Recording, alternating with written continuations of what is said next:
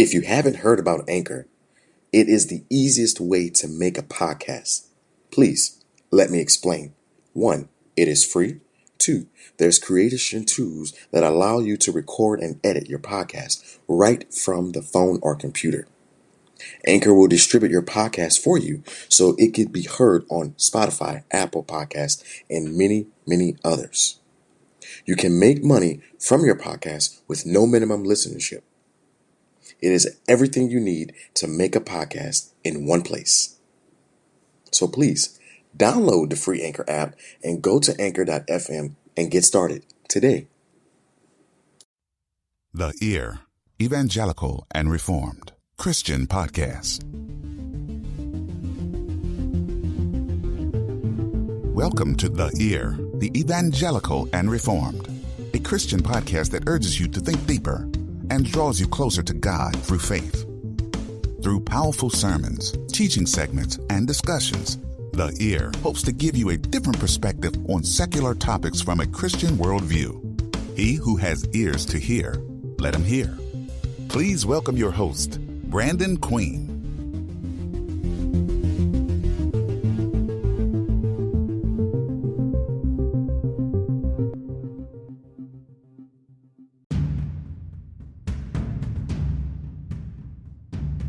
Greetings. This is Steve Salyards, the author of the GA Junkie, and here are some Presbyterian history notes for the week of June 7th. Sunday, June 7th. Today in 1780 was the murder of Hannah Caldwell during the Battle of Connecticut Farms in Springfield in New Jersey.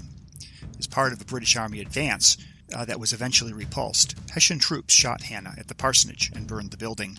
Hannah's husband, the Reverend James Caldwell, was active and prominent in support of the Continental Army, and reports circulated that Hannah may have been shot in retaliation for his actions.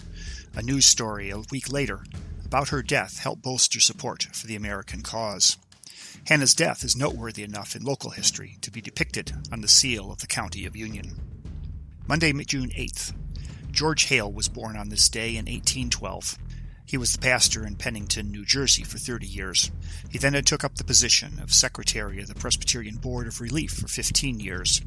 He was the Secretary of the Board for the Old School side, and with the Old School and New School reunion, the decision was made to retain both secretaries to jointly administer the fund. Hale also served as Secretary of the Trustees of Princeton Seminary for a number of years and served on other national Presbyterian boards. Tuesday, June 9th. On this day in 1837, a meeting of what would become the New School PCUSA branch was held at a church in Philadelphia. Those in attendance discussed how to respond to the actions of the 1837 PCUSA General Assembly when 4 synods in western New York and northern Ohio were ruled ineligible to join the assembly.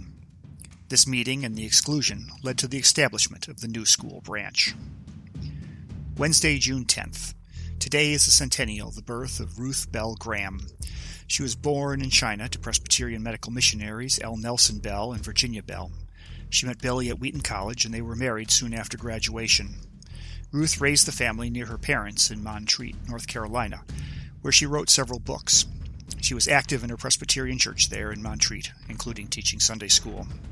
Thursday, June 11th. In 1640, the Scottish National Covenant was approved by the Scottish Parliament 2 years after the initial signing in 1638.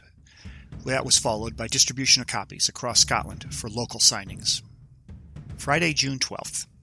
On this day in 1643, both houses of the English Parliament passed an act titled Ordinance for an Assembly of Divines to Settle the Doctrine of the Church. The act went into effect without the assent of King Charles I, and with this act, the Westminster Assembly of Divines was created. Saturday, June 13th. Today marks the birth in 1780 of George Bourne. He was raised and trained in England before moving to America. He first worked as a news editor and author in Baltimore, before serving as a pastor in Virginia. While there, he saw the realities of slavery and began speaking out that it was a sin and withholding communion from slaveholders. He presented a strong anti-slavery resolution to the 1815 PCUSA General Assembly. His presbytery soon after that removed him from ministry because of his stand, and the removal was upheld on appeal to the 1818 General Assembly. He lived in New England and Canada for a few years after that, before settling in New York City and returning to journalism. He helped to found the American Anti-Slavery Society and is credited with originating the call for immediate emancipation without compensation. Thanks for joining me here on the EAR podcast. Stay safe in these times, and I look forward to joining you again next week.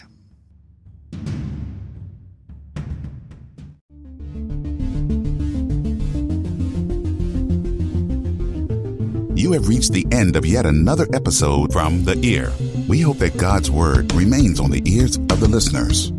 We pray that this podcast would urge you to go forth and spread His good news to the world. Thank you for tuning in. Please don't forget to subscribe to our podcast. See you at the next episode. God bless you, and may His glory shine upon you.